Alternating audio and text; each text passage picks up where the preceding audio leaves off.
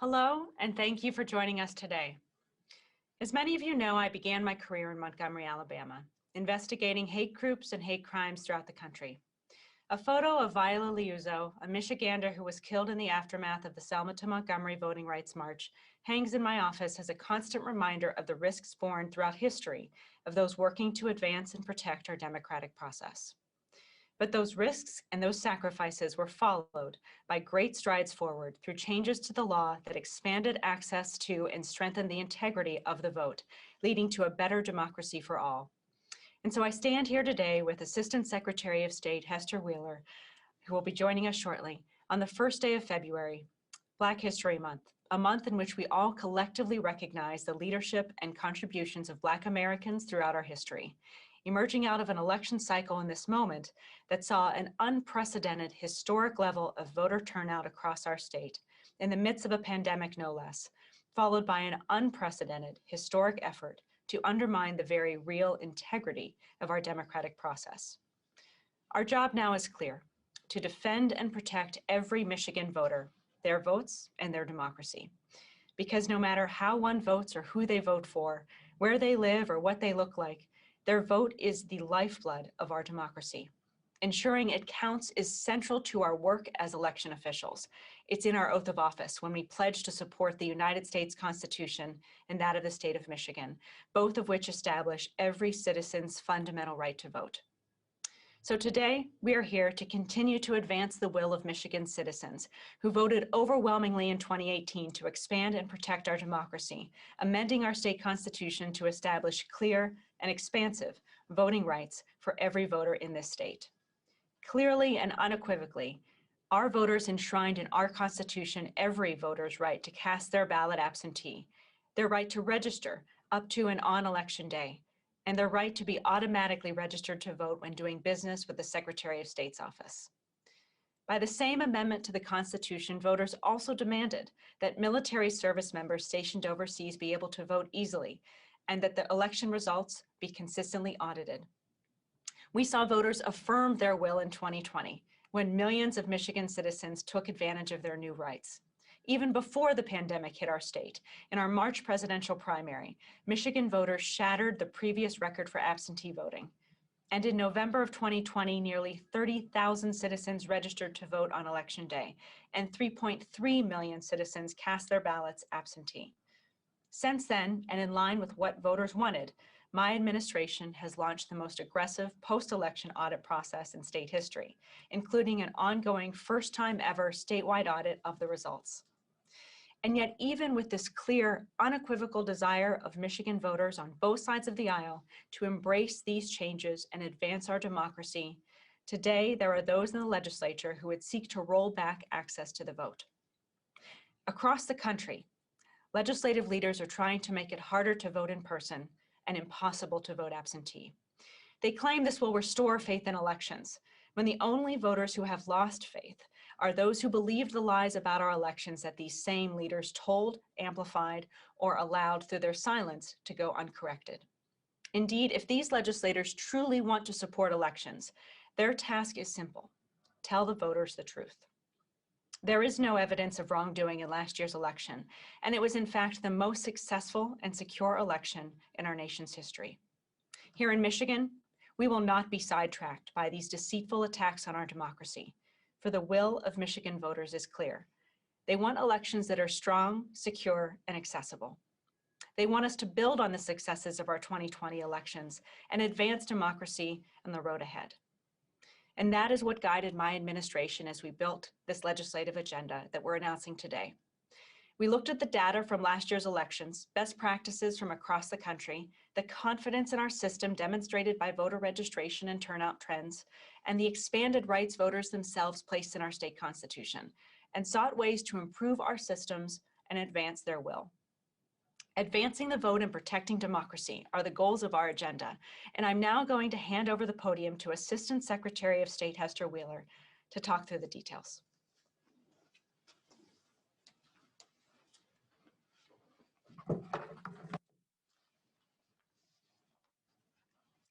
Thank you, Madam Secretary, and good afternoon to all. Before I dive into the specifics of our legislation, I want to revisit the final phrases of The Hill We Climb by Amanda Gorman, our nation's poet laureate, who has already made a place for herself in our nation's history with her performance at last month's presidential inauguration. There is no way I can deliver her words as well as she did, but I will quote them nonetheless. When day comes, we step out of the shade, aflame and unafraid. The new day blooms as we free it, for there is always light, if only we're brave enough to see it, if only we're brave enough to be it. I share these words because now is indeed a time for bravery. Election officials in our elections themselves have been threatened and attacked, and it takes courage to continue to press forward. But today we stand on the shoulders of the brave men and women who have fought for voting rights and fair elections in our country. These are people of all colors and creeds who recognize what we already know, that voting rights are civil rights, and accessible, strong, and secure elections benefit every Michigan community and every Michigan citizen. The legislative agenda we are announcing today is comprised of 3 packages that would advance and protect the accessibility, infrastructure, and security of our elections. To advance accessibility, the agenda would do this. 1, first, require that absentee ballot applications are mailed to registered voters every federal election cycle. Require that ballots are counted if postmarked by election day and received shortly after. Establish early in-person voting at clerk offices and satellite offices prior to election day, and make election day a state holiday. Additionally, it would allow overseas service members and their spouses to return their ballots electronically. Require translated election materials where a significant non-English speaking community lives. Provide funding for clerks to ensure compliance with the American with Disabilities Act and support people with disabilities. And finally, allow transportation assistance to the polls. Next, to further strengthen our election infrastructure and support local election officials, the plan would do the following. Allow processing of absentee ballots 2 weeks prior to election day. Provide an extra week after the election for county canvassers to review the elections. And allow recounts in precincts where common clerical errors occurred. Additionally, we seek to consolidate the May and August elections into June elections, and create a sustainable and sufficient funding stream for local clerks so that they are properly resourced to handle the demands of modern elections. Finally, to ensure elections remain secure, this plan would prohibit deceptive election practices that deter or mislead voters, and prohibit open carry of firearms within 100 feet of a voting location. It would also give election officials the ability to make one-time fixes to long-standing issues with the state voter list. Require training standards for election challengers and election workers. Update the security requirements for election vendors and provide our tabulation machines and other technology and materials. And finally, require a statewide risk limiting audit of election results prior to state certifications. With those highlights of the agenda announced, I'll now give the podium back to Secretary Benson. Madam Secretary.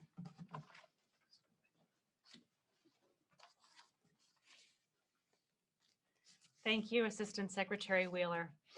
All of these measures are clear, data-driven, and nonpartisan solutions that build on our successes and lessons learned from 2020. The agenda advances the vote in ways that will further ensure that the voice of every voter is heard, that every vote is counted, and that the will of Michigan voters is followed. Thank you again for joining us today.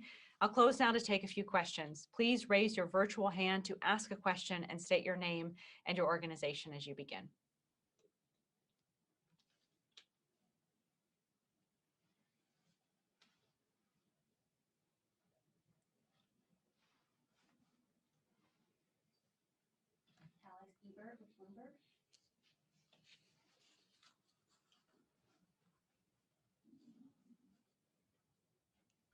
Alex Ebert with Bloomberg. Hi, Alex.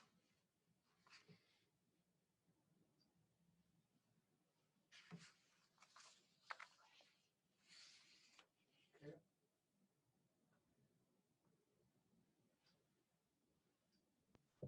Thanks. I'm wondering if you could speak to how it would have been different this year during the presidential election if we could have counted absentee ballots earlier. Thank you. Great question, and thank you. I think enabling our election officials to count absentee ballots prior to Election Day, or just process them and prepare them to be counted prior to Election Day, was something I and clerks all around the state advocated for nearly 18 months for the legislature to do. And they really did it in the way that was needed to put us in a position where states like Ohio and Florida were able to begin this process, in Kentucky, North Carolina, much sooner. What I'm really proud of is the fact that even without these changes, and this is important, we were able to, through the help and the focus and the dedication of clerks around the state, to deliver election results and a full tabulation of those unofficial results on Wednesday following the election. That's about 24 hours after the polls closed. So we delivered those unofficial results much sooner than anticipated. However, that was a result of a significant amount of effort, a significant recruitment effort of additional election workers and placement of additional voting machines that simply shouldn't have to happen every year, when a simple change to the law like this one would enable us to have those unofficial results available as soon as possible, possibly even shortly after the polls close on an election night. So I think you can look to states like in Ohio, like a Florida, that had those pre-processing laws in place, that had also results available, unofficial results, much sooner than Michigan. And I think we could anticipate that if this law was passed. And we know, if nothing else, it would give clerks more space and time to plan for what we know will be an ongoing use of the absentee ballot system by voters across the state in the elections ahead. So this is a common sense solution that we need in place. I'm grateful for the legislative leaders who have, after the fact, recognized that. And I'm hopeful that this should, as it should have been 18 months ago or 2 years ago, an easy solution to implement legislatively for our clerks in advance of the upcoming elections this year and the years ahead.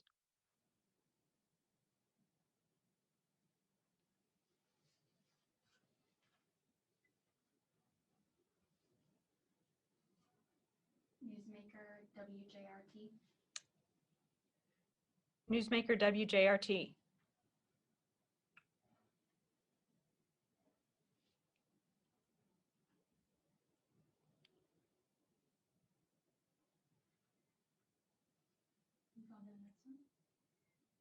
Adam Brewster, CBS News. Adam with CBS News. Hi, Adam.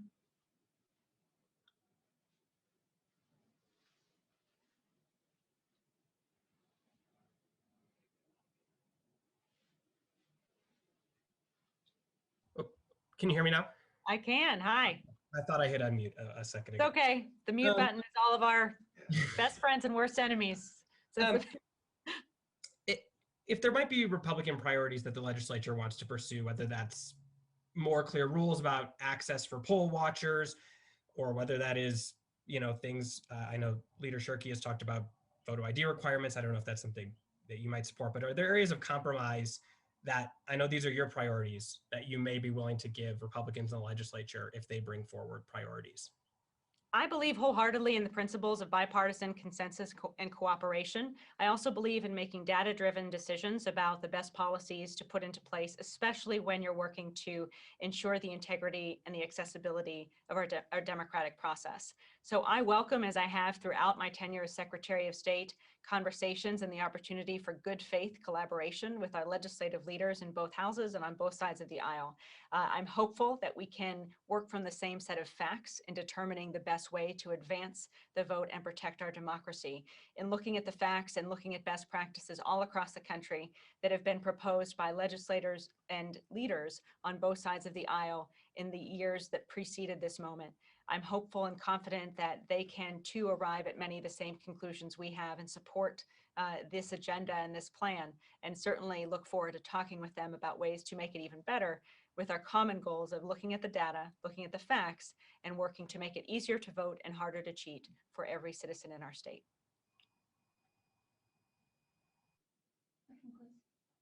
All right, well, thanks everyone for your questions. Thanks for joining us here today. And we look forward to working with you and continuing to keep you updated in the months ahead as we work to make many of the aspects, if not all the aspects of this plan, part of the law here in Michigan. Thank you.